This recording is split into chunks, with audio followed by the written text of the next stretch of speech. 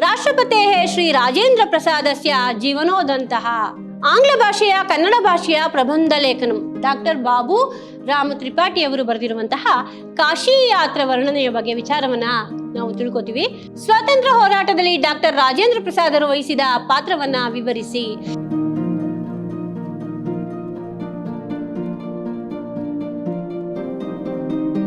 ಶ್ರೀ ಗುರುಭ್ಯೋ ನಮಃ. ಹರಿಃ ಓಂ. ಭವತಾಂ ಸರ್ವೇಷಾಮಪಿ ಚತುರ್ಥ ಷಾಣ್ಮಾಸಿಕ ಸಂಸ್ಕೃತ ಕಕ್ಷಾಂ ಪ್ರತಿ ಸ್ವಾಗತಂ. ಮಮ ನಾಮ ಭಾರತಿ. ಅಹಂ ವಿದ್ಯಾಶ್ರಮ ವಿದ್ಯಾಲಯೇ ಸಂಸ್ಕೃತ ವಿಭಾಗೆ ಕಾರ್ಯಂ ಕರೋಮಿ. ಪ್ರಿಯ ವಿದ್ಯಾರ್ಥಿಗಳೇ, ನಿಮಗೆಲ್ಲರಿಗೂ ಅಂದರೆ 4ನೇ ಸೆಮಿಸ್ಟರ್ BCom ವಿದ್ಯಾರ್ಥಿಗಳಿಗೆ ಸಂಸ್ಕೃತ ತರಗತಿಗೆ ಆತ್ಮೀಯ ಸ್ವಾಗತ. ಪ್ರಿಯ ವಿದ್ಯಾರ್ಥಿಗಳೇ, ಈಗ ನೀವು 4ನೆಯ ಸೆಮಿಸ್ಟರ್ ಸಂಸ್ಕೃತ ಪಠ್ಯಪುಸ್ತಕ ಕಾವ್ಯಚಂದ್ರಿಕಾ ಎನ್ನುವಂತಹ ಪಠ್ಯಪುಸ್ತಕವನ್ನು ಇಟ್ಟಿದ್ದಾರೆ ನಿಮಗೆ. ಹಾಗಾಗಿ ಈ ಕಾವ್ಯಚಂದ್ರಿಕಾ ಎನ್ನುವಂತಹ ಈ ಪಠ್ಯಪುಸ್ತಕದಲ್ಲಿ ನಿಮಗೆ ಏನೆಲ್ಲ ವಿಚಾರಗಳು ಬರುತ್ತೆ, ಯಾವ್ಯಾವ ಪಾಠಗಳನ್ನು ಕೊಟ್ಟಿದ್ದಾರೆ, ಯಾವ್ಯಾವ ವ್ಯಾಕರಣ ವಿಭಾಗಗಳನ್ನು ಕೊಟ್ಟಿದ್ದಾರೆ, ಆಂತರಿಕ ಪರೀಕ್ಷೆ ಯಾವ ರೀತಿ ಇರುತ್ತೆ, ಮತ್ತೆ ಈ ಕಾವ್ಯಚಂದ್ರಿಕಾ ಎನ್ನುವಂತಹ ಪಠ್ಯಪುಸ್ತಕಕ್ಕೆ ಸಂಬಂಧಪಟ್ಟಂತೆ ನಿಮಗೆ ಮಾದರಿ ಪ್ರಶ್ನೆ ಪತ್ರಿಕೆ ಯಾವ ರೀತಿ ಇರುತ್ತೆ ಎನ್ನುವಂತಹ ಎಲ್ಲ ವಿಚಾರಗಳನ್ನು ನಾನು ಈ ಪರಿಚಯ ತರಗತಿಯಲ್ಲಿ ನಿಮಗೆ ತಿಳಿಸ್ಕೊಡ್ಲಿಕ್ಕೆ ಇಷ್ಟಪಡ್ತೀನಿ ಮಕ್ಕಳೇ. ಬಹಳ ಸುಲಭವಾಗಿರುವಂತಹ ಅಲ್ಪ ಪ್ರಯತ್ನದಿಂದಲೇ 100ಕ್ಕೆ 100 ಅಂಕಗಳನ್ನು ನಮ್ಮ ಸಂಸ್ಕೃತ ಪ್ರಶ್ನೆ ಪತ್ರಿಕೆಯಲ್ಲಿ ನೀವು ಪಡ್ಕೋಬಹುದು ಅಂತ ನಾನು ಹೇಳ್ತಾ ಈ ತರಗತಿಯನ್ನು ಪ್ರಾರಂಭ ಮಾಡ್ತೇನೆ ಮಕ್ಕಳೇ. ಪುರತಃ ಗಚ್ಚಾಮಃ. ಚತುರ್ಥ ಷಾಣ್ಮಾಸಿಕ ನಿಯಮಿತಂ ಕಾವ್ಯಚಂದ್ರಿಕಾ ಅನ್ನುವಂತಹದ್ದು ಒಂದು ಟೆಕ್ಸ್ಟ್ ನಿಮ್ಮ 4ನೇ ಸೆಮಿಸ್ಟರ್ಗೆ ಕೊಟ್ಟಿರುವಂತಹದ್ದು.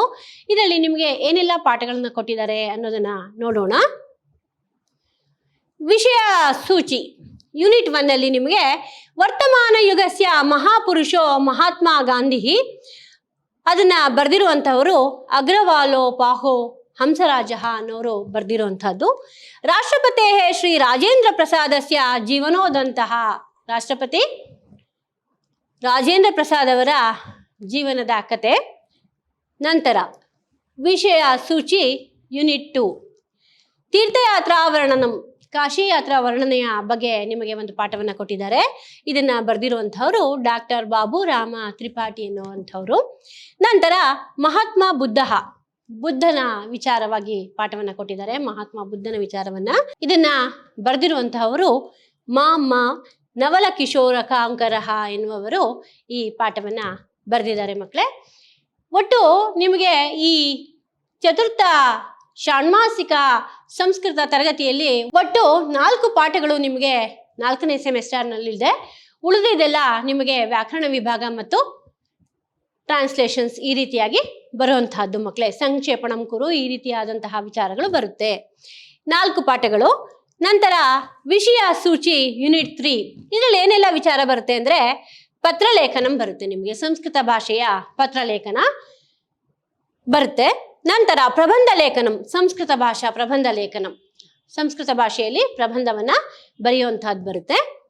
ನಂತರ ಯೂನಿಟ್ 4 ನಲ್ಲಿ ನಿಮಗೆ ಸಂಕ್ಷೇಪೇಣ ಲಿಖತ, ಒಂದು ಪ್ಯಾಸೇಜ್ನ ಕೊಟ್ಟಿರ್ತಾರೆ. ಅದಕ್ಕೆ ಸಂಬಂಧಪಟ್ಟಂತೆ ನೀವು ಏನು ಮಾಡಬೇಕು ಅಂದರೆ ಆ ಪ್ಯಾಸೇಜ್ಗೆ ಒಂದು ಹೆಸರನ್ನ ನೀವೇ ಕೊಡ್ತೀರಾ. ಆ ಪಾಠವನ್ನು ಓದ್ಕೊಂಡು ನಂತರ ಆ ಪ್ಯಾಸೇಜ್ಗೆ ಒಂದು ಹೆಸರನ್ನ ಕೊಡಬೇಕು.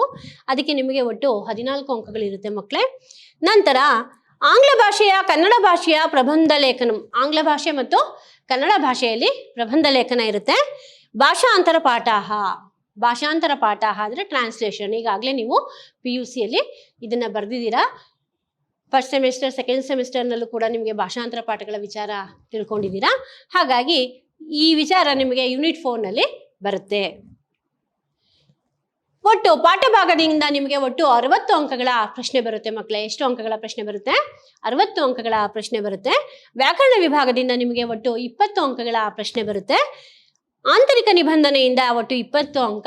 ಒಟ್ಟಾರೆ ಸೇರಿಸಿ ನಿಮಗೆ ಎಷ್ಟು ಅಂಕಗಳಿರುತ್ತೆ? 100 ಅಂಕಗಳನ್ನ ನಿಗದಿಪಡಿಸಿದ್ದಾರೆ ಪರೀಕ್ಷೆಗೆ. ಹಾಗಾಗಿ 100 ಅಂಕಗಳ ಪ್ರಶ್ನೆ ಪತ್ರಿಕೆ ಬಹಳ ಸುಲಭವಾಗಿರುತ್ತೆ. 80 ಅಂಕಗಳ ಪ್ರಶ್ನೆ ಪತ್ರಿಕೆ, 20 ಅಂಕಗಳ ಆಂತರಿಕ ನಿಬಂಧನೆ, ಬಹಳ ಸುಲಭವಾಗಿರುತ್ತೆ ಮಕ್ಕಳೇ. ಹಾಗಾಗಿ ಒಟ್ಟು 100 ಅಂಕಗಳು ನಿಮ್ಮ ಸಂಸ್ಕೃತ ಪ್ರಶ್ನೆ ಪತ್ರಿಕೆಗೆ. ನಂತರ ಮೊಟ್ಟ ಮೊದಲಿಗೆ ಮೊದಲನೆಯ ಪಾಠ ಬಂದು ವರ್ತಮಾನ ಯುಗಸ್ಯ ಮಹಾಪುರುಷೋ ಮಹಾತ್ಮ ಗಾಂಧಿ. ವರ್ತಮಾನ ಯುಗದ ಮಹಾಪುರುಷರಾದಂತಹ ಮಹಾತ್ಮ ಗಾಂಧಿಯವರ ಜೀವನದ ವಿಚಾರಗಳನ್ನ ಸಂಪೂರ್ಣವಾಗಿ ಇದರಲ್ಲಿ ಕೊಟ್ಟಿದ್ದಾರೆ. ಈ ಪಾಠ ಬಹಳ ಚೆನ್ನಾಗಿದೆ ಮಕ್ಕಳೇ.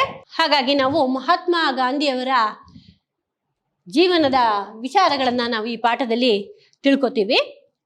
ಇದನ್ನ ಬರೆದಿರುವಂತಹವರು ಅಗ್ರವಾಲೋ ಪಾಹೋ ಹಂಸರಾಜ ಎನ್ನುವರು ಈ ಪಾಠವನ್ನ ಬರೆದಿದ್ದಾರೆ. ಇದಾದ ನಂತರ ಎರಡನೆಯ ಪಾಠ ರಾಷ್ಟ್ರಪತಿ ಶ್ರೀ ರಾಜೇಂದ್ರ ಪ್ರಸಾದಸ್ಯ ಜೀವನೋದಂತಹ.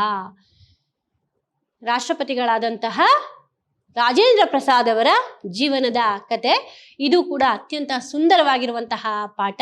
ಈ ಪಾಠದಲ್ಲಿ ನಾವು ಶ್ರೀ ರಾಜೇಂದ್ರ ಪ್ರಸಾದರ ಜೀವನ ಚರಿತ್ರೆಯನ್ನ ಸಂಪೂರ್ಣವಾಗಿ ತಿಳ್ಕೊತೀವಿ ಮಕ್ಕಳೇ. ಇದು ಒಂದು ಬಹಳ ಸುಂದರವಾದ ಪಾಠ ಅಂತಾನೆ ಹೇಳಬಹುದು. ಎಲ್ಲರಿಗೂ ಕೂಡ ಆದರ್ಶಪ್ರಾಯರಾಗಿರುವಂತಹ ರಾಜೇಂದ್ರ ಪ್ರಸಾದರ ವಿಚಾರವನ್ನು ನಾವು ಇದರಲ್ಲಿ ತಿಳ್ಕೊತೀವಿ. ಮುಂದಿನ ಪಾಠ ಮೂರನೆಯ ಪಾಠ. ಈ ಪಾಠದಲ್ಲಿ ನಾವು ತೀರ್ಥಯಾತ್ರಾ ವರ್ಣನಂ ಡಾಕ್ಟರ್ ಬಾಬು ರಾಮ ತ್ರಿಪಾಠಿ ಅವರು ಬರೆದಿರುವಂತಹ ಕಾಶಿ ಯಾತ್ರಾ ವರ್ಣನೆಯ ಬಗ್ಗೆ ವಿಚಾರವನ್ನ ನಾವು ತಿಳ್ಕೊತೀವಿ. ಬಹಳ ಸುಂದರವಾಗಿರುವಂತಹ ಪಾಠ. ನೀವು ಕಥೆಯನ್ನ ಕೇಳ್ಕೊಂಡ್ರೆ ಸಾಕು, ಈ 4 ಪಾಠಗಳದ್ದು ನೀವು ಆರಾಮಾಗಿ ಪರೀಕ್ಷೆಯನ್ನ ಬರೀತೀರಾ ಮಕ್ಕಳೇ. ಅಂತಹ ಸುಲಭವಾಗಿರುವಂತಹ ಪಾಠಗಳು. ಇಲ್ಲಿ ಕಾಶಿ ಯಾತ್ರಾ ವರ್ಣನೆಯನ್ನ ಬಹಳ ಸುಂದರವಾಗಿ ಪಾಠದಲ್ಲಿ ನಿಮಗೆ ನೀವೇ ಕಾಶಿಗೆ ಹೋಗ್ತಾ ಇದ್ದೀರೇನೋ ಎನ್ನುವಂತಹ ಮಟ್ಟದಲ್ಲಿ ಕೊಟ್ಟಿದ್ದಾರೆ. ಬಹಳ ಸುಂದರವಾಗಿರುವಂತಹ ಪಾಠವನ್ನ ನೋಡೋಣ ಆಯ್ತಾ. ಮುಂದಿನ ಪಾಠ 4ನೆಯ ಪಾಠ ಮಹಾತ್ಮ ಬುದ್ಧ. ಯೂನಿಟ್ 2 ನಲ್ಲಿ ನಿಮಗೆ ಇದು 2ನೇ ಪಾಠ. ಒಟ್ಟಿನಲ್ಲಿ ಹೇಳುವುದಾದ್ರೆ ಇದು 4ನೆಯ ಪಾಠ. ಮಹಾತ್ಮ ಬುದ್ಧ ಇದನ್ನ ಬರೆದಿರುವಂತಹವರು ಮಹಾತ್ಮ ನವಲ ಕಿಶೋರ ಕಾಂಕರಹ ಎನ್ನುವವರು ಈ ಮಹಾತ್ಮ ಬುದ್ಧರ ವಿಚಾರವನ್ನ ತಿಳಿಸಿದ್ದಾರೆ. ಬಹಳ ಸುಂದರವಾದ ಪಾಠ ಮಕ್ಕಳೇ. ನಿಮ್ಗೆ ಈಗಾಗಲೇ ಬಾಲ್ಯದಿಂದನೇ ನಿಮ್ಗೆ ಮಹಾತ್ಮ ಬುದ್ಧನ ಬಗ್ಗೆ ಗೊತ್ತು, ರಾಜೇಂದ್ರ ಪ್ರಸಾದ್ರ ಬಗ್ಗೆ ಗೊತ್ತು, ಮತ್ತೆ ಮಹಾತ್ಮ ಗಾಂಧಿ ಅವರ ವಿಚಾರ ಗೊತ್ತು. ಹಾಗಾಗಿ ಈ ಎಲ್ಲ ಪಾಠಗಳು ಕೂಡ ಬಹಳ ಸುಂದರವಾಗಿ ನಿಮಗೆ ವರ್ಣನೆಯನ್ನು ಮಾಡಿ ಕೊಟ್ಟಿದ್ದಾರೆ. ನಾವು ಪಾಠವನ್ನು ಮಾಡುವಾಗ ಈ ಮಹಾತ್ಮ ಬುದ್ಧರವರ ವಿಚಾರಗಳನ್ನ ತಿಳ್ಕೊಳ್ಳೋಣ. ಇದು ಒಟ್ಟು 4 ಪಾಠಗಳಿರೋದಂಥದ್ದು. ನಿಮಗೆ 4 ಪಾಠಗಳನ್ನ ನೀವು ಚೆನ್ನಾಗಿ ಅಧ್ಯಯನ ಮಾಡಿದ್ರೆ ಸಾಕು. ಮುಂದೆ ನೋಡೋಣ ಮಕ್ಕಳೇ, ಏನೆಲ್ಲ ವಿಚಾರಗಳಿದೆ ನಿಮ್ಮ 4ನೆಯ ಸೆಮಿಸ್ಟರ್ ಪಠ್ಯಪುಸ್ತಕಕ್ಕೆ ಸಂಬಂಧಪಟ್ಟಂತೆ ಅಂತ. ಮುಂದಿನದು ಪತ್ರಲೇಖನಂ. ಸಂಸ್ಕೃತ ಭಾಷಾ ಪತ್ರಲೇಖನಂ ಇರುತ್ತೆ. ಪತ್ರವನ್ನ ಬರಿಬೇಕಾಗುತ್ತೆ. ಸಂಸ್ಕೃತದಲ್ಲಿ ಪರೀಕ್ಷೆಯಲ್ಲಿ ನೀವು ಪತ್ರವನ್ನ ಬರೀತೀರಾ. ಬಹಳ ಸುಲಭವಾಗಿರುತ್ತೆ. ಈ ಪತ್ರಗಳ ವ್ಯವಹಾರದ ಬಗ್ಗೆ ನಿಮ್ಗೆ ಈಗಾಗಲೇ ತಿಳಿದಿದೆ. ಇಂಗ್ಲೀಷ್ನಲ್ಲಾಗಲಿ ಕನ್ನಡದಲ್ಲಾಗಲಿ ನೀವು ಈಗಾಗಲೇ ಕಲ್ತಿರ್ತೀರಾ. ಇಲ್ಲೇನಂದ್ರೆ ನೀವು ಸಂಸ್ಕೃತದಲ್ಲಿ ಪತ್ರಲೇಖನವನ್ನ ತಿಳ್ಕೊಂಡು ಸಂಸ್ಕೃತದಲ್ಲಿ ಪತ್ರಲೇಖನವನ್ನ ಬರೀತೀರಾ ಪರೀಕ್ಷೆಯಲ್ಲಿ. ಇದಾದ ನಂತರ ಮುಂದೆ ಎಸ್ಸೆ ರೈಟಿಂಗ್, ಪ್ರಬಂಧ ಲೇಖನಂ. ಸಂಸ್ಕೃತ ಭಾಷೆಯಲ್ಲಿಯೇ ಪ್ರಬಂಧ ಲೇಖನವನ್ನ ಬರೀತೀರಾ. Essay writing in Sanskrit. ಇದು ಕೂಡ ಬಹಳ ಸುಲಭವಾಗಿರುತ್ತೆ. ಕೆಲವು ವಿಚಾರಗಳ ಬಗ್ಗೆ ಪರ್ಟಿಕ್ಯುಲರ್ ಆಗಿ ಇಂತಹದೇ ವಿಚಾರಗಳು ಅಂತ ಇರುತ್ತೆ. ಅಂತಹ ವಿಚಾರಗಳ ಬಗ್ಗೆ ನೀವು ಪ್ರಬಂಧ ಲೇಖನವನ್ನ ಸಂಸ್ಕೃತದಲ್ಲಿ ಬರೀತೀರಾ. ಬಹಳ ಸುಲಭವಾಗಿರುತ್ತೆ. ಮುಂದಿಂದು ಸಂಕ್ಷೇಪೇಣ ಲಿಖತ. ನಿಮಗೆ ಈಗಾಗಲೇ ನಾನು ಹೇಳಿದೆ, ಪ್ಯಾಸೇಜ್ ಕೊಟ್ಟಿರ್ತಾರೆ, ಆ ಪ್ಯಾಸೇಜ್ನ ಓದ್ಕೋಬೇಕು. ಆನಂತರ ಆ ಪ್ಯಾಸೇಜ್ಗೆ ಒಂದು ಹೆಸರನ್ನ ನೀವೇ ಕೊಡಬೇಕು, ಶೀರ್ಷಿಕೆಯನ್ನ ಕೊಡಬೇಕು. ಬಹಳ ಸುಲಭವಾಗಿ ನೀವು ಅಂಕವನ್ನ ಪಡೆಯುವಂತಹ ಒಂದು ವಿಭಾಗ ಇದು. ಸುಲಭವಾಗಿರುತ್ತೆ ಮಕ್ಕಳೇ. ಮುಂದಿನದು ಆಂಗ್ಲ ಭಾಷಾ ಕನ್ನಡ ಭಾಷಾ ಪ್ರಬಂಧ ಲೇಖನಂ. ಮುಂದಿನದು ಏನಂದ್ರೆ ಆಂಗ್ಲ ಭಾಷೆ ಮತ್ತು ಕನ್ನಡ ಭಾಷೆಯಲ್ಲಿ ಪ್ರಬಂಧ ಲೇಖನವನ್ನ ಬರೆಯುವಂಥದ್ದು. Essay writing in English or Kannada. ನಿಮ್ಮ ಆಯ್ಕೆ ಯಾವುದಿರುತ್ತೋ ಆ ರೀತಿ ಬರಿಬಹುದು ಮಕ್ಕಳೇ. ಕನ್ನಡ ಭಾಷೆಯಲ್ಲಾದರೂ ಬರಿಬಹುದು, ಆಂಗ್ಲ ಭಾಷೆಯಲ್ಲಾದರೂ ಬರಿಬಹುದು.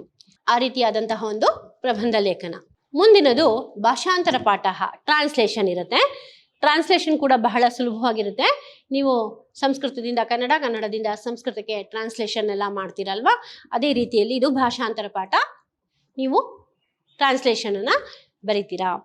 ಮುಂದಿಂದು ಆಂತರಿಕ ಪರೀಕ್ಷೆಯ ವಿಚಾರವಾಗಿ ಹೇಳಬೇಕು ಅಂದ್ರೆ ನಿಮಗೆ 2 ಆಂತರಿಕ ನಿಬಂಧನೆಗಳು, ಅಂದ್ರೆ 2 ಇಂಟರ್ನಲ್ಸ್ ಎಕ್ಸಾಮ್ಸ್ ಇರುತ್ತೆ ಕಾಲೇಜ್ ಕಡೆಯಿಂದ. ಈ ಮೊದಲನೆಯ ಇಂಟರ್ನಲ್ಸ್ಗೆ ನಿಮಗೆ ವರ್ತಮಾನ ಯುಗದ ಮಹಾಪುರುಷ ಮಹಾತ್ಮ ಗಾಂಧಿ ಮತ್ತು ರಾಷ್ಟ್ರಪತಿ ಶ್ರೀ ರಾಜೇಂದ್ರ ಪ್ರಸಾದಸ್ಯ ಜೀವನೋದಂತಹ ಎನ್ನುವಂತಹ 2 ಪಾಠ ಇರುತ್ತೆ ಮೊದಲನೆಯ ಇಂಟರ್ನಲ್ಸ್ಗೆ. ಅಲ್ಲಿ ವ್ಯಾಕರಣ ವಿಭಾಗ ಕೂಡ ಸೇರ್ಕೊಳ್ಳುತ್ತೆ ಮಕ್ಕಳೇ. ಅನಂತರ ಎರಡನೆಯ ಇಂಟರ್ನಲ್ಸ್ನಲ್ಲಿ ತೀರ್ಥಯಾತ್ರಾ ವರ್ಣನಂ ಮತ್ತು ಮಹಾತ್ಮ ಬುದ್ಧ ಮತ್ತೆ ವ್ಯಾಕರಣ ವಿಭಾಗ ಇರುತ್ತೆ. ಈ 2 ಇಂಟರ್ನಲ್ಸ್ ಪರೀಕ್ಷೆಯಲ್ಲಿ ನೀವು ಚೆನ್ನಾಗಿ ಉತ್ತರವನ್ನ ಬರಿಬೇಕಾಗತ್ತೆ ಕೊಟ್ಟಿರುವಂತಹ ಪ್ರಶ್ನೆಗಳಿಗೆ. ಅದಾದ ನಂತರ ಆ 2 ಪರೀಕ್ಷೆಗಳ ಆವರೇಜ್ನ ನಿಮಗೆ ಇಂಟರ್ನಲ್ಸ್ ಮಾರ್ಕ್ಸ್ ಅಂತ ನಾವು ಕನ್ಸಿಡರ್ ಮಾಡ್ತೀವಿ. ಹಾಗಾಗಿ 2 ಆಂತರಿಕ ಪರೀಕ್ಷೆಗಳನ್ನು ನೀವು ಬರಿಬೇಕಾಗತ್ತೆ. ಈ ರೀತಿಯಾಗಿ ನೀವು ಬರೆದ್ರೆ ನಿಮಗೆ ಅಲ್ಲಿ 20 ಅಂಕಗಳು ಸುಲಭವಾಗಿ ನೀವು ಪಡ್ಕೋಬಹುದು. ಚೆನ್ನಾಗಿ ಅಧ್ಯಯನವನ್ನು ಮಾಡಿ ಬರೆದ್ರೆ ಬಹಳ ಸುಲಭ ಇರುತ್ತೆ ಮಕ್ಕಳೇ. ಮುಂದೆ ಪದ್ಯ ಗದ್ಯ ಭಾಗದಿಂದ ನಿಮಗೆ 60 ಅಂಕಗಳು, ವ್ಯಾಕರಣ ವಿಭಾಗದಿಂದ 20 ಅಂಕಗಳು, ಒಟ್ಟು 80 ಅಂಕಗಳು. ಅದಾದ ನಂತರ ಆಂತರಿಕ ನಿಬಂಧನೆ ಅಂದ್ರೆ ನಿಯೋಜಿತ ಪ್ರಬಂಧಕ್ಕೆ 20 ಅಂಕಗಳು, ಒಟ್ಟು 100 ಅಂಕಗಳ ಪ್ರಶ್ನೆ ಪತ್ರಿಕೆ ನಮ್ಮ ಸಂಸ್ಕೃತ ಪ್ರಶ್ನೆ ಪತ್ರಿಕೆ. ಈ ಪ್ರಶ್ನೆ ಪತ್ರಿಕೆ ಯಾವ ರೀತಿ ಇರುತ್ತೆ, ಮಾದರಿ ಯಾವ ರೀತಿ ಇರುತ್ತೆ ಅಂತ ನಿಮಗೊಂದು ಕುತೂಹಲ ಬರಬಹುದು. ಹಾಗಾಗಿ ಆ ಮಾದರಿ ಪ್ರಶ್ನೆ ಪತ್ರಿಕೆ ಯಾವ ರೀತಿ ಇರುತ್ತೆ ಅನ್ನೋದನ್ನ ನೋಡೋಣ. 4ನೇ ಸೆಮಿಸ್ಟರ್ಗೆ ಸಂಬಂಧಪಟ್ಟಂತಹ ಪ್ರಶ್ನೆ ಪತ್ರಿಕೆ. ಇಲ್ಲಿ ನಿಮಗೆ 10 ಅಂಕಗಳ ಪ್ರಶ್ನೆಗಳಿರುತ್ತೆ ಮಕ್ಕಳೇ. ಚಾಯ್ಸ್ ಕೂಡ ಇರುತ್ತೆ, ಪ್ರತಿ ಪ್ರಶ್ನೆಗೂ ಕೂಡ ನಿಮಗೆ ಚಾಯ್ಸ್ ಇರುತ್ತೆ. ಇಲ್ಲಿ ಮೊದಲನೇದಾಗಿ ಸಿದ್ಧಾರ್ಥನ ವೈರಾಗ್ಯಕ್ಕೆ ಕಾರಣಗಳೇನು ವಿವರಿಸಿ. ಎಕ್ಸ್ಪ್ಲೈನ್ ದ ರೀಸನ್ಸ್ ಫಾರ್ ಸಿದ್ಧಾರ್ಥಸ್ ವೈರಾಗ್ಯ. ಅಥವಾ ಮಹಾತ್ಮ ಗಾಂಧಿಯವರ ಜೀವನ ಚರಿತ್ರೆಯನ್ನು ಕುರಿತು ಒಂದು ಪ್ರಬಂಧವನ್ನ ಬರೆಯಿರಿ. Write an essay on the life history of Mahatma Gandhi. ಇಲ್ಲಿ ನಿಮಗೆ ಎಷ್ಟು ಅಂಕ ಲಭಿಸುತ್ತೆ? 10 ಅಂಕಗಳು ಲಭಿಸುತ್ತೆ. ಯಾವ್ದಾರ 2 ಪ್ರಶ್ನೆಯಲ್ಲಿ 1 ಪ್ರಶ್ನೆಗೆ ನೀವು ಉತ್ತರವನ್ನ ಬರೀತೀರಾ. ಮುಂದೆ 2ನೆಯ ಪ್ರಶ್ನೆ, ಸ್ವಾತಂತ್ರ್ಯ ಹೋರಾಟದಲ್ಲಿ ಡಾಕ್ಟರ್ ರಾಜೇಂದ್ರ ಪ್ರಸಾದರು ವಹಿಸಿದ ಪಾತ್ರವನ್ನ ವಿವರಿಸಿ. Explain the role of doctor Rajendra Prasad in the freedom struggle. ಈ ಪ್ರಶ್ನೆಗಳಿಗೆಲ್ಲ ನೀವು ಯಾವ ಭಾಷೆಯಲ್ಲೇ ಉತ್ತರ ಬರೀತೀರಾ? ನೀವು ಆಯ್ಕೆ ಕನ್ನಡದಲ್ಲಿ ಮಾಡ್ಕೊಂಡಿದ್ರೆ ಕನ್ನಡದಲ್ಲಿ ಉತ್ತರವನ್ನ ಬರೀತೀರಾ, ಇಂಗ್ಲಿಷ್ನಲ್ಲಿ ಬರೆಯುವ ಆಯ್ಕೆ ಮಾಡ್ಕೊಂಡಿದ್ರೆ ಇಂಗ್ಲಿಷ್ನಲ್ಲಿ ಉತ್ತರವನ್ನ ಬರೀತೀರಾ. ಬಹಳ ಸುಲಭವಾಗಿ 10 ಅಂಕಗಳನ್ನ ನೀವು ಪಡಿಬಹುದು. ಅಥವಾ ತೀರ್ಥಯಾತ್ರಾ ವರ್ಣನಂ ಪಠ್ಯದಲ್ಲಿ ಕಂಡು ಬರುವಂತೆ ಕಾಶಿ ಕ್ಷೇತ್ರದ ಪ್ರವಾಸವನ್ನ ಕುರಿತು ಪ್ರಬಂಧವನ್ನ ಬರೆಯಿರಿ. Write an essay about the pilgrimage to Kashi ಕ್ಷೇತ್ರ as depicted in the lesson Tirthayatra Varnanam. Tirthayatra Varnanam ಎನ್ನುವಂತಹ ಕಾಶಿ ಪ್ರವಾಸದ ಬಗ್ಗೆ ಪಠ್ಯಪುಸ್ತಕದಲ್ಲಿರುವಂತೆ ಬರಿಬೇಕು. ಅದಕ್ಕೆ ನಿಮಗೆ 10 ಅಂಕಗಳು ಲಭಿಸುತ್ತೆ. ಈ 2 ಪ್ರಶ್ನೆಗಳಲ್ಲಿ ಯಾವುದಾದ್ರೂ 1 ಪ್ರಶ್ನೆಗೆ ನೀವು ಉತ್ತರವನ್ನು ಬರೆದ್ರೆ ಸಾಕು. ಮುಂದೆ ನೋಡೋಣ. ಯಾವ ಪಠ್ಯವನ್ನು ಬಿಡದೆ 3 ಸಂದರ್ಭ ಸಹಿತ ವಿವರಿಸಿ. ಆನಿಟೇಟ್ any 3 without omitting any text. ಒಟ್ಟು 9 ಅಂಕಗಳು ನಿಮಗೆ ಲಭಿಸುತ್ತೆ. 5 ಪ್ರಶ್ನೆಗಳಿರುತ್ತೆ ಮಕ್ಕಳೇ. ಎಷ್ಟು ಪ್ರಶ್ನೆಗಳಿರುತ್ತೆ? 5 ಪ್ರಶ್ನೆಗಳಿರುತ್ತೆ. 5ರಲ್ಲಿ ಯಾವುದಾದ್ರೂ 3 ಪ್ರಶ್ನೆಗೆ ಉತ್ತರವನ್ನು ನೀವು ಬರೆದ್ರೆ 3 × 3 9 ಅಂಕಗಳು ನಿಮಗೆ ಬಹಳ ಸುಲಭವಾಗಿ ಲಭಿಸುತ್ತೆ. ಮುಂದಿನದು ಕನ್ನಡಕ್ಕೆ ಭಾಷಾಂತರಿಸಿ. Translate into English. ಇಲ್ಲಿ ನಿಮಗೆ ಸಂಸ್ಕೃತದಲ್ಲಿ ವಾಕ್ಯಗಳನ್ನ ಕೊಟ್ಟಿರ್ತಾರೆ. ಇಲ್ಲಿ ನೋಡಿ ಮಕ್ಕಳೇ, 4 ಪಾಠದಿಂದನೇ ಆರಿಸ್ಕೊಟ್ಟಿರ್ತಾರೆ ಈ ವಾಕ್ಯಗಳನ್ನ. 4 ಪಾಠಗಳಲ್ಲಿ ಯಾವುದಾದ್ರೂ 1 ಪಾಠದಿಂದ ನಿಮಗೆ ಈ ಸಂಸ್ಕೃತ ವಾಕ್ಯಗಳನ್ನ ಆರಿಸ್ಕೊಟ್ಟಿರ್ತಾರೆ. ಇದನ್ನ ನೀವು ಕನ್ನಡಕ್ಕೆ ಅಥವಾ ಇಂಗ್ಲಿಷ್ಗೆ ಟ್ರಾನ್ಸ್ಲೇಷನ್ ಮಾಡ್ತೀರಾ. ಯಾವ ಭಾಷೆಗೆ ಮಾಡ್ತೀರಾ? ಕನ್ನಡಕ್ಕೆ ಅಥವಾ ಇಂಗ್ಲಿಷ್ಗೆ ಟ್ರಾನ್ಸ್ಲೇಷನ್ ಮಾಡ್ತೀರಾ. ಇದು ಮಾಡಿದ್ರೆ ನಿಮಗೆ ಸುಲಭವಾಗಿ ಎಷ್ಟು ಅಂಕಗಳು ಲಭಿಸುತ್ತೆ? 5 ಅಂಕಗಳು ಸುಲಭವಾಗಿ ಲಭಿಸುತ್ತೆ. ಮುಂದೆ ಈ ಗದ್ಯ ಭಾಗವನ್ನ 3ನೇ ಒಂದು ಭಾಗಕ್ಕೆ ಸಂಕ್ಷೇಪಗೊಳಿಸಿ ಸೂಕ್ತ ಶೀರ್ಷಿಕೆಯೊಂದನ್ನ ನೀಡಿರಿ. 14 ಅಂಕಗಳ ಪ್ರಶ್ನೆ, ಬಹಳ ಸುಲಭವಾಗಿರುತ್ತೆ. Reduce the paragraph to 1/3 of its length and suggest a suitable title. ಈಗ ನಾನು ಹೇಳಿದಂತೆ ಪ್ಯಾಸೇಜ್ ಕೊಟ್ಟಿರ್ತಾರೆ, ಆ ಪ್ಯಾಸೇಜ್ನ ಓದ್ಕೊಳ್ತೀರಾ. ಆ ಪ್ಯಾಸೇಜ್ ಎಷ್ಟು ದೊಡ್ಡದು ಕೊಟ್ಟಿರ್ತಾರೋ ಅದನ್ನ 1/3 ಅಂದ್ರೆ 3ನೇ ಒಂದು ಭಾಗವನ್ನ ಮಾಡಿ ವಿಚಾರಕ್ಕೆ ಒಂದು ಶೀರ್ಷಿಕೆಯ ಹೆಸರನ್ನ ಕೊಡಬೇಕು. ಶೀರ್ಷಿಕೆಯ ಹೆಸರನ್ನ ಕೊಟ್ಟರೆ ನಿಮ್ಗೆ ಎಷ್ಟು ಅಂಕಗಳು ಲಭಿಸುತ್ತೆ ಮಕ್ಕಳೇ? 14 ಅಂಕಗಳು ಸುಲಭವಾಗಿ ಲಭಿಸುತ್ತೆ. ನೋಡಿ, ಇಷ್ಟು ಸುಲಭವಾಗಿದೆ ನಮ್ಮ ಸಂಸ್ಕೃತ ಪ್ರಶ್ನೆ ಪತ್ರಿಕೆ. ಆಯ್ತಾ? ಅದಾದ ನಂತರ ಭವತಃ ಶಾಲಾ ಪ್ರವಾಸಾರ್ಥಂ ಧನಂ ಪ್ರಾರ್ಥಯಿತ್ವಾ ಪಿತರಂ ಪ್ರತಿ ಸಂಸ್ಕೃತೆ ಪತ್ರಮೇಕಂ ಲಿಖತ. ಶಾಲಾ ಪ್ರವಾಸದ ವಿಚಾರವಾಗಿ ಹಣವನ್ನ ನಿಮ್ಮ ತಂದೆಯಲ್ಲಿ ಕೇಳಿಕೊಂಡು ಒಂದು ಪತ್ರವನ್ನ ಬರೆಯಿರಿ ಅಂತ ಹೇಳಿ 8 ಅಂಕಗಳು ಲಭಿಸುತ್ತೆ ಮಕ್ಕಳೇ. ಈ ಪತ್ರಲೇಖನವನ್ನ ನೀವು ಬರೆದ್ರೆ ನೋಡಿ ಎಷ್ಟು ಸುಲಭವಾಗಿದೆ ಪ್ರಶ್ನೆ ಪತ್ರಿಕೆ. ಅದಾದ ನಂತರ ಏಕಂ ಅಧಿಕೃತ್ಯ ಸಂಸ್ಕೃತೆ ಪ್ರಬಂಧಂ ಲಿಖತ. ಇಲ್ಲಿ 3 ಪ್ರಶ್ನೆಗಳನ್ನು ಕೊಟ್ಟಿದ್ದಾರೆ. ಯಾವುದಾದರೂ ಒಂದು ಪ್ರಶ್ನೆಯನ್ನು ಆಯ್ಕೆ ಮಾಡಿಕೊಂಡು ನೀವು ಸಂಸ್ಕೃತದಲ್ಲಿ ಎಸೆ ರೈಟಿಂಗ್ ಯಾವ ಪ್ರಬಂಧ ಲೇಖನವನ್ನು ಬರೆದ್ರೆ ನಿಮಗೆ ಎಷ್ಟು ಅಂಕಗಳು ಲಭಿಸುತ್ತೆ? 8 ಅಂಕಗಳು ಸುಲಭವಾಗಿ ಲಭಿಸುತ್ತೆ ಮಕ್ಕಳೇ. ಬಹಳ ಸುಲಭವಾಗಿದೆ ನೋಡಿ. ನಂತರ ಒಂದನ್ನು ಕುರಿತು ಕನ್ನಡದಲ್ಲಿ ಪ್ರಬಂಧವನ್ನು ಬರೆಯಿರಿ. 3 ಪ್ರಶ್ನೆ ಕೊಟ್ಟಿದ್ದಾರೆ. ಯಾವುದಾದರೂ ಒಂದಕ್ಕೆ ಕನ್ನಡ ಅಥವಾ ಇಂಗ್ಲಿಷ್ನಲ್ಲಿ write an essay in English or Kannada ಅಥವಾ ಇಂಗ್ಲಿಷ್ನಲ್ಲಿ ಉತ್ತರವನ್ನು ಬರೀತೀರಾ. 8 ಅಂಕಗಳು ನಿಮಗೆ ಲಭಿಸುತ್ತೆ. ಜನಸಂಖ್ಯಾ ವೃದ್ಧಿ, ಗಣಕಯಂತ್ರ, ಭಾರತೀಯ ಸಂಸ್ಕೃತಿ ಬಗ್ಗೆ ಕೊಟ್ಟಿದ್ದಾರೆ. ಇದಕ್ಕೆ ನಿಮ್ಗೆ ಎಷ್ಟು ಅಂಕ ಲಭಿಸುತ್ತೆ ಬರೆದ್ರೆ? 8 ಅಂಕಗಳು ಸುಲಭವಾಗಿ ಲಭಿಸುತ್ತೆ. ಮುಂದಿನದು ಸಂಸ್ಕೃತಕ್ಕೆ ಭಾಷಾಂತರಿಸಿ, ಟ್ರಾನ್ಸ್ಲೇಟ್ ಇಂಟು ಸಾಂಸ್ಕ್ರಿಟ್.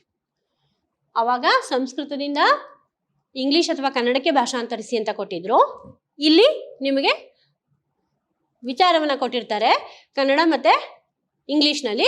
ಇದನ್ನು ನೀವು ಯಾವ ಭಾಷೆಗೆ ಟ್ರಾನ್ಸ್ಲೇಟ್ ಮಾಡ್ತೀರಾ? ಸಂಸ್ಕೃತ ಭಾಷೆಗೆ ಟ್ರಾನ್ಸ್ಲೇಟ್ ಮಾಡ್ತೀರಾ. ಒಟ್ಟು ಎಷ್ಟು ಅಂಕಗಳು ಲಭಿಸುತ್ತೆ ನಿಮಗೆ? 8 ಅಂಕಗಳು ಸುಲಭವಾಗಿ ಲಭಿಸುತ್ತೆ. ನೋಡಿ ಮಕ್ಕಳೇ, ಎಷ್ಟು ಸುಲಭವಾಗಿದೆ ನಿಮ್ಮ 4ನೇ ಸೆಮಿಸ್ಟರ್ ಸಂಸ್ಕೃತ ಪ್ರಶ್ನೆ ಪತ್ರಿಕೆ ಅಂತ. ಇದಕ್ಕೆ ನಿಮಗೆ ಒಟ್ಟು ಎಷ್ಟು ಅಂಕ ಲಭಿಸುತ್ತೆ? 8 ಅಂಕಗಳು ಸುಲಭವಾಗಿ ಲಭಿಸುತ್ತೆ. ಈ ರೀತಿಯಾಗಿ ನಿಮಗೆ 4ನೇ ಸೆಮಿಸ್ಟರ್ ಪಠ್ಯಪುಸ್ತಕ ಮತ್ತು ಆ ಪಠ್ಯಪುಸ್ತಕದಲ್ಲಿ ಕೊಟ್ಟಿರುವಂತಹ ಎಲ್ಲ ವಿಚಾರಗಳ ಬಗ್ಗೆ ನಾನು ನಿಮಗೆ ಮಾಹಿತಿಯನ್ನು ಕೊಟ್ಟಿದ್ದೀನಿ ಮತ್ತು ಆಂತರಿಕ ಪರೀಕ್ಷೆಯ ವಿಚಾರವನ್ನು ತಿಳಿಸಿದ್ದೀನಿ. ಹಾಗೂ ನಿಮ್ಮ 4ನೇ ಸೆಮಿಸ್ಟರ್ ಪ್ರಶ್ನೆ ಪತ್ರಿಕೆಯ ಮಾದರಿ ಯಾವ ಥರ ಇರುತ್ತೆ ಅಂತ ನಾನು ಇವತ್ತು ತೋರಿಸ್ಕೊಟ್ಟಿದ್ದೀನಿ ಈ ಪರಿಚಯ ತರಗತಿಯಲ್ಲಿ. ಹಾಗಾಗಿ ಈ ಪರಿಚಯ ತರಗತಿ ನಿಮಗೆಲ್ಲರಿಗೂ ಕೂಡ ಅರ್ಥ ಆಗಿದೆ ಅಂತ ನಾನು ಭಾವಿಸ್ತೇನೆ ಮಕ್ಕಳೇ. ಹಾಗಾಗಿ ಮುಂದಿನ ತರಗತಿಯಲ್ಲಿ ನಾನು ನಿಮ್ಮನ್ನೆಲ್ಲ ಭೇಟಿ ಮಾಡ್ತೇನೆ. ಅಲ್ಲಿಯವರೆಗೂ ಧನ್ಯವಾದ. ಶುಭ ದಿನ.